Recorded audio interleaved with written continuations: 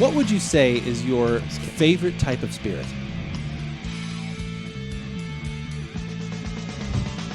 We've got the big ones. We like whiskey. We like gin. We enjoy... actually, that might be it. I think it's done.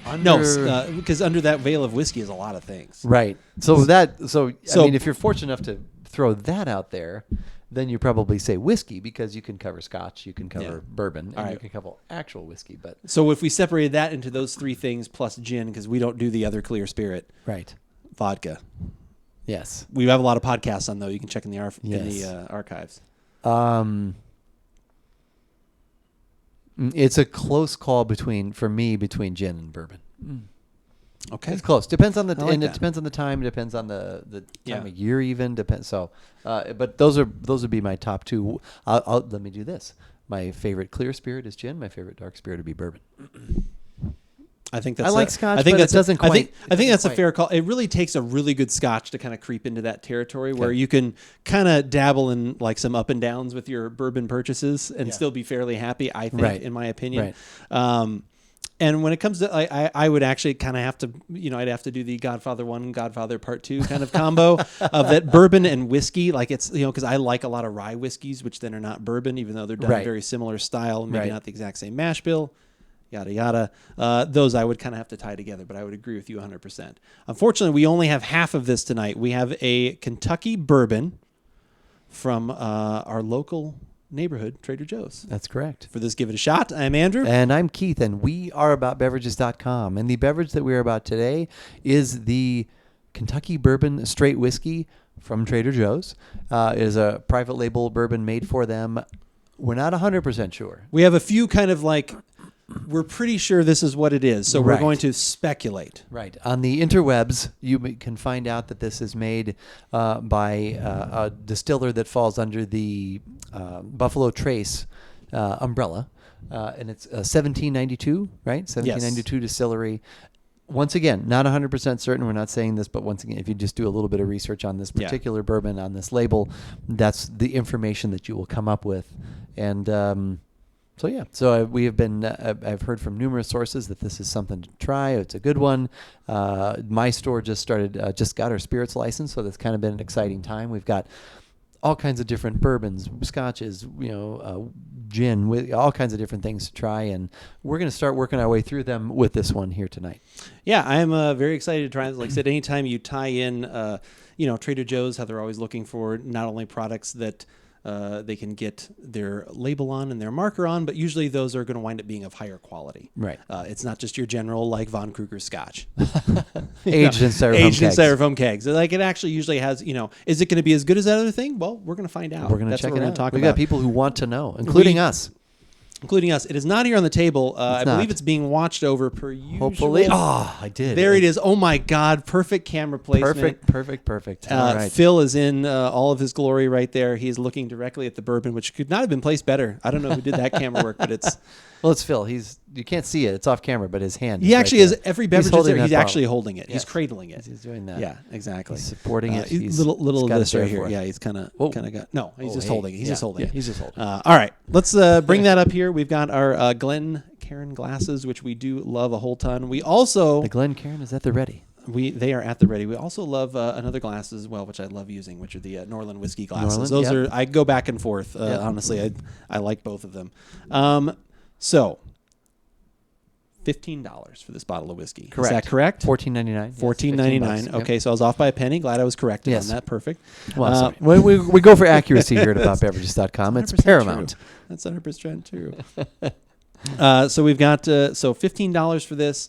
It does not mention age on here, but since it is a straight bourbon whiskey, it has to be at least 2 years old. You have heard that maybe it is... I believe it's 4 or 5. Okay, so yes, 4 to 5 years. I'll verify that, but yes. 4 to 5 years old, yes. 90 proof, and I think that's it. There's no disclosure on the mash bill as well. Like I said, a lot of this stuff kind of, once it gets folded into that branding, like a lot of that stuff gets a little think it's secretive. 70%. I've looked up a little info. I believe it's 70% corn, which it has to be at least, 50 or 51? 51%. To be a bourbon, right. So.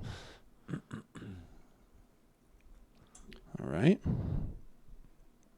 We did open this a while just as we started doing our live stream, which you can find on twitch.tv/AboutBeverages, just to kind of let it I don't know. It sounds silly, but I have definitely found with some of the bourbons that I've had lately, because I have bought multiple bottles of them. Like sometimes I'll go and I'll open, not at the same time, but I've finished one, thought it was wonderful, bought another bottle, and I'll open up in that first pour. Like if you've just opened it and poured it, I'm like, wow, this is different than it. And then it's like 5 or 10 minutes later, you're like, oh, okay, it just needed a little Doesn't oxygen. need that little now time. it's got all the layers that were there. So, what are you thinking for, it's fairly light actually. Lightish, little Honey? little red, yeah, but a little bit of a red note to it, though. I think. Okay. Just a mild amber kind of note in there. Yeah. Or were you calling me honey? No, I was definitely talking about the bourbon. Just making sure. What are you thinking? I'm getting a little sweet, actually. A little honey in there. Okay. I'm getting a little caramel. I'm getting a little there's some sort of fruit in there too, like a little candied fruit kind of thing or something. I almost got a little bit nutty on like my first inhale in there, so maybe that's what I'm getting. I was like almost like maybe that'd be like an almond or something. Maybe it's like a little roasted. Yeah, because like it's not smoky, but it's like it's been caramelized, like a caramelized roasted roasted almond in there. Yeah. Yeah, the first sniff definitely a little more, hit me with the alcohol. But as we've been kind of going back and forth, that's dissipated a little bit. It's some nice little. They're very light. There's nothing like, it's not like when we've had some things where we're like, oh my god, like I said. But it's good. It's good, pleasant aromas. Like nothing wrong with this. Yeah. Okay. I agree. Well, let's go to the taste then. There's more cinnamon in there than I was expecting. Do you get some cinnamon? I definitely get some spice. Like I said, and it hasn't made it to pepper. It's a little more sweet. So I would say it is definitely toward the cinnamon. Little thin. I get a little liveliness on the tongue toward the front. I'm getting kind of like, little kind of like almost acidity or something like that. Little thinner. Some of that sweet that I was kind of hoping for, that nuttiness that was kind of in there, does not carry through into the taste. It's just kind of, for me, it just kind of rolls over the tongue. And then it's just a little bit of that cinnamon spice kind of at the end. Yeah. Little hint of caramel, that kind of sweet is in there, and then is kind of gone. Fairly smooth going down, a little on the warmer side, even at 90 proof. Little burn, but not too much burn. Yeah. Which you wouldn't expect at that point. But yeah, I think it's definitely those things. Yeah, I agree with pretty much everything you said there. There's that burn. It is on the thinner side. Yeah. I was hoping for a little bit more of the aroma that we got in there. This goes more toward the cinnamon sweet, and that touch of burn. So, I think it's definitely like, completely kind of off the top of my head. Like, I think it's definitely, flavor wise in like a bottle of Bullet kind of range, like, something like that. I haven't had Bullet in a long time. Like I said, Bullet, the last time I had Bullet is when I was streaming a few weeks back. Like I was emptying bottles of whiskey.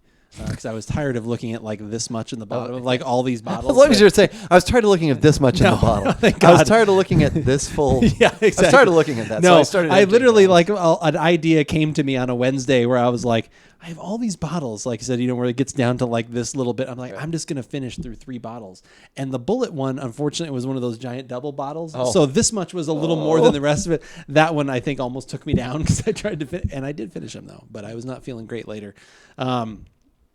But I think it's kind of in that same vein where it's like you're not getting a lot of flavor. I might think of this a little more as a mixer. I'd like I see this in Manhattan actually. Okay. Some of the spicy coming through and pairing with like the cherry that you might throw. Well, because then that would bring a little more of the sweet that we were missing from the flavor. And then if this is bringing this, actually, I think you know what? Yeah. That's a really good point. I think this definitely, and I think a mixer would work well. Yeah. Bourbon and Coke. Yeah. I think what's in here is going to come through when you add that other sweet. Right. You need to touch on that component, I think. Yeah. And obviously body wise, it's not. I like something when I'm sipping on it. I like there to be a little more viscosity to it. It doesn't really have that. I like it when I take that sip, and like I said, for me, it's like I kind of want to swirl it around a little bit, and I like. You're not going to get everything as you're doing that, but you kind of start getting like, oh, I'm getting a little of this, getting a little of that flavor. And then you do that, then you actually finish it and you're like, oh, okay, now I'm getting, like that's to me what turns into a sipping bourbon. I don't think this is that. Like I said, especially at that price, I think it's an excellent mixer. Take another sip. Sure. I would be happy to. Do you have something you want to talk about as I sip? Well, I just want to, I don't know if you, that sip, I got a little bit more caramel in there. It wasn't as cinnamony to me. Okay. I got a little. Actually, I got more spice toward You the got back, more like spice. upper Okay. palate. I got All a right. little more spice going on in there. All right. On that Yeah. one, little spice and little dry kind of my soft palate on that one. It seems to be drying that out just a little bit. Overall, for that price, like I don't think you're going to go wrong if you're looking 15? for something. Like if you want to spend $15 and have something in that, like I said, that price range for a mixer. We've got just then it depends on what you look for in your sipping bourbon. I look for a little bit more. Yeah. But then I'm going to pay more. So yeah, true. True that. It's not like I can like tell you like here's the sipping bourbon that's $15. There isn't one. I don't think. We will keep looking. We will keep looking. Yeah, That's our unless promise there's someone to else you. that comes in. But yeah, I don't think there is one like that. So I mean, are you kind of in that same? If this was like, and I don't want to say other bourbons because that's not right. But if you had this and there was like 2 or 3 other things, would you be like, oh, that's the one I want to? Yeah, probably not. Yeah. But like I do agree, this is especially at $15, you can make some good mixed drinks out of that. I think so. I think it's going to add that component. As long as, like you said, you take those some other pieces, the sweetness, or you're going to get body from some sweet vermouth. If you do a Manhattan, you're gonna get other things from that. Mint julep would probably come through. Yeah. Probably work well. So yeah, this adds like the back end of the spice to whatever you're Right. doing, and if you want to, like you Right. just said, if you bring the sweet or the mint or something, I think that would work well. Yeah, it's just not. It's smooth enough. It's just not complex. Like if I'm going to actually take that time to enjoy, like I will spend a little bit more. But yeah, definitely mixing that will totally work. it will work. It will work. And what also totally does work is our website, AboutBeverages.com. That is a place where you can find all of the videos just like this one, as well as some of our previous podcasts that were only in audio form. Because we've been doing this a damn long time. It's been a while. It's been almost 75 years we've been doing this. We look a lot younger. 75 years, no. that's true. 11? Are we? You always like, what is it? We started in 2009, I think, right? Okay, so this is our 11th year. We're in- into yeah. our 12th year. Into our Like 12th I don't year, know if Dad was here. We he would missed tell a us which couple way that goes. years. Yeah. 'Cause we took a little time We off. did. We tried to kind of like find ourselves with what we Yeah. wanted to do at the website. And we have found it's all ourselves kinda- again. It's all gotten going there right now. But yeah, that is a place where you can find everything. If you just want the latest videos and things of that nature, YouTube is a place to go. Subscribe to us there. We would greatly appreciate it. And if you're in the subscribing mode, you only want some audio things, save on bandwidth in these times where bandwidth is at a premium. You can go audio form only. And guess what? You can do it on iTunes and Spotify. Spotify and is pretty one of much the ways anywhere. that- Google Podcasts. Yeah. Pretty much anywhere you can find podcasts. At least the few places I've looked, we've been there. We have definitely been there. And the places that we are the most are our social media things. Social media. The social media things, which are there's 3 pillars that we like to talk about. 3 pillars. We got your Facebook, we got your Instagram, and we got Twitter, which is the ones we use the most frequently to let you know what we're doing throughout the week, and especially when we're going to go live on twitch.tv/AboutBeverages. We live stream most Thursday nights, or somewhere around 6:30 Pacific time. Come join us. You'll see exclusive content that does not make it to the podcasts, and interact with us. Have some, share what you're having, and just join us for the fun. That is something that we will all do. And as we always say, whether we like it or not, You should give it a shot.